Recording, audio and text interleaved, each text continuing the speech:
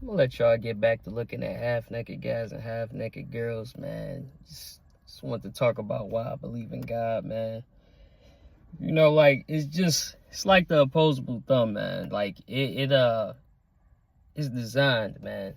Like anything else, everything has a design. Somebody designed this. Everything has a creator. Nothing just pops up like an iPhone. iPhone didn't just pop up and somebody was like, oh yeah, I'm gonna create that. You know, I'm gonna create something like that because it just popped up and I see it. Like everything has a creation. That seems to be a law in life. Like, you know, we talk about the Big Bang Theory, you know, which is a theory. The Big Bang Theory is a theory that we just appeared out of nowhere. You know, and I think if that were true, it'd be small, big, little bangs, and another big bang, and that's really nothing crazy, not an out of body experience, nothing like I seen God died, and it's nothing like that. It's just what I see, man. Like anytime I look at anything, it really comes from a scientific place. Like honestly, to me, science and God and spirituality to me go hand in hand, man. It's like you can't. It's watching something and it just said you could break down every element and whatever molecules and what's created to make a human body, but nobody knows what makes it so. How do you can make a body, you can make a synthetic body, but you can't breathe the life into it. It's like another reason why it's like I believe in God, I believe in a higher power, I believe in a creator. You understand? Like it's not that deep for me. That's why. And it's like I try to get closer and closer to him. That's why I read some of the Torah, I done read some of the Quran, Catholic Bible, Protestant, you know, Jehovah's Witness. My mother became a Jehovah's Witness, so like I had to hear that version, which is like, it's really no big difference between Jehovah's Witnesses and Protestants. They just call themselves Jehovah's Witnesses. That's really the only thing. And you got Jehovah in that Bible a lot more. Jehovah's actually in like the Protestant Bible like maybe 4 or 5 times. But they feel like the you know, saying God's name they're not worthy of saying it, which is why like a lot of Protestants, might be in the Catholic Bible too, but they feel like they're not worthy and it's pronounced a different way because the letter J didn't exist back then. So it's pronounced a different way. I'm not going to try to, you know, pronounce it. It's not my language, so I'm probably going to butcher it. But, you know, even if you look at these stories, man, like Adam and Eve, Hercules to Samson, like there's always similar stories throughout history and Norse mythology as well, man. And we all feel the same way about everything. And I think that's the creator speaking through us. Why do we all have the same stories, the same feelings about women, robbing, stealing, you know, all of the commandments? Thou shalt not, you know, insert whatever commandment you want. You know, wrath, the 7 deadly sins, like wrath, lust, envy, you know, all of them, you know, pride, it's gluttony. I don't know, man. And we all seem to feel the same way. Most of us seem to feel the same way about it. And it's like there has to be some rhyme or reason to it. You know, that's another way I look at it.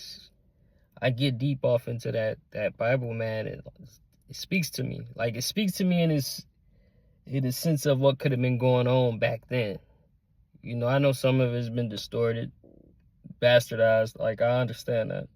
I understand it's been used against us, you know, in slavery, you know, our ancestors or whatever. But it was, you know, the Bible is before America. Like, people think, or Britain, like it's, you know, it was found in early text in Africa, you know. So was Gilgamesh, the story of Gilgamesh or whatever.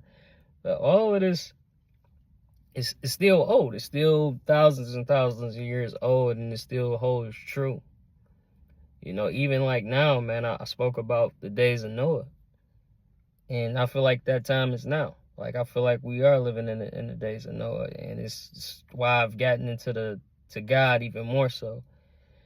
You know, and I really want to hear other people's reasons, you know, even people that don't believe, man. Like, what's your reason in that? I just think there's no other explanation. It's like, why is there not another Big Bang? You know what I mean? Like, why?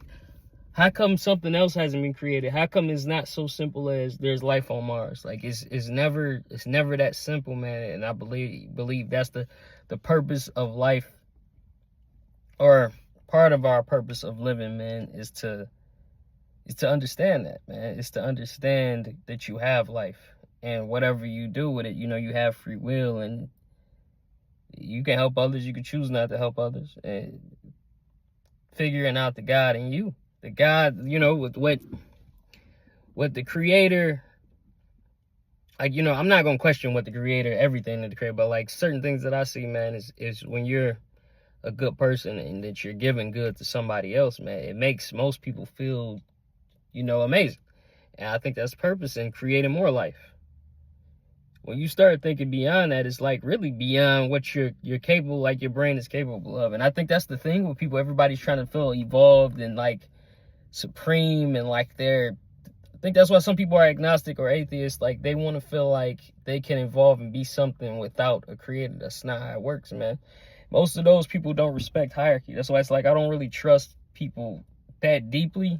You know, I have people that I talk to and, you know, people that I work with that definitely don't believe in God, but it's like they don't have no deep belief in anything. So it's like they're not going to ride. Like if you know, worse comes to worse, they ain't riding with you because they don't believe in anything.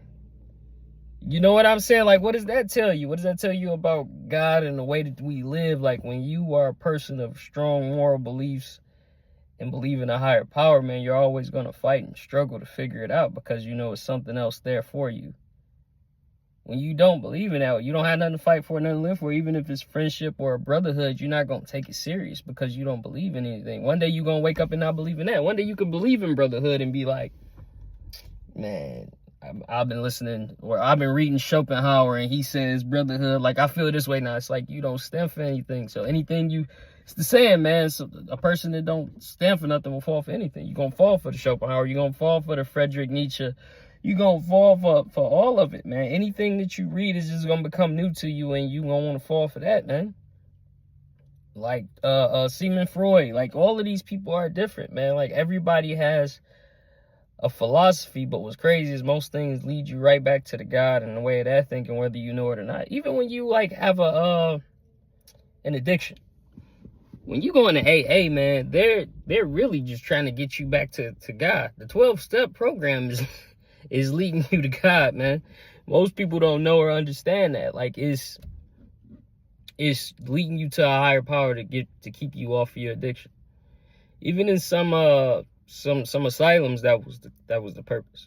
You know, that's just part of the reason. You know, asylums, like it's so funny we don't have those anymore, but they used to do experiments too. That was another reason they shut them down. It was experimentation, and then some were religious.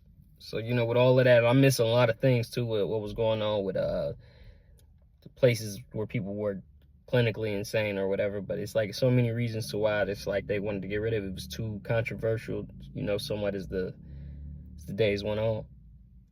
And it's like, man, I believe we all have, you know, got, like, what does the Bible say? We're built in his image. You know, we have small, like, God likeness in us, man. And like, you see it, you know, people invent things, people invent cars, people are super strong, people are super intelligent. You know, some people just have a type of charisma to where people gravitate towards them. It's just like in the days of the Bible, you know, it's nothing too crazy like superhuman powers, like how the Bible describes things, but it's still there. Some people have a godlike essence to them. You know, we all, like how they say, we all have something special about it. That's the godliness in us. We all do, you know, man and woman. And like I said, things have been bastardized, yeah, for sure. Like some people say it's not supposed to be what is it, the man, the Son, the Holy Spirit. Some people say it's supposed to be the woman. That's supposed to be the Holy Trinity. You know, Matrix kind of showed that with Trinity, Lawrence Fishburne's character, and Keanu Reeves' character. Like, that was the Trinity right there. You know, I guess Morpheus was supposed to be the Father, Neo the Son, and then Trinity the woman. You know, that's how you. That's the circle of life and godliness, man. You know, I had lost my faith at one point in my life, man, and I was lost. I was falling for anything, like everybody else. Like, I didn't stand for anything. You know, and I don't think just Because Jesus didn't call himself a Christian when he was, here in the Bible. And like, I'm Christian. I don't like. He never said he was a part of a group, and I think that's where we go wrong. I think that's where it turns a lot of people off. Like even with church, which I could touch on in another video, man, it's not going into some building with a suit on. Like 3 people talking about God, even if it's for 3 minutes, you went to church right there. That's church. That's if y'all just had high feelings for this amount of time and y'all felt like that was enough and y'all got the food that y'all deserve for your soul, that's church, man. That's a gathering of godly people. I'm gonna just leave it at that, man. I just wanted to, I don't know, man, just start on my journey of becoming a more godly man. Like, it's just, you see this world, man. This world is horrible. And that's why I'm having this big change, and I've regained my faith in God and humanity. And, we want these things that we think we want these things, materialistic, a woman or kids. It's like, you get what you deserve, man, and what's laid out for you. You have to follow the path that is laid. Like, what your path is. People try to force something else, and that's God. That's God speaking to you. You gotta stop ignoring God when he speaks, man. That's all I wanted to talk about it, man. I'll holler at y'all.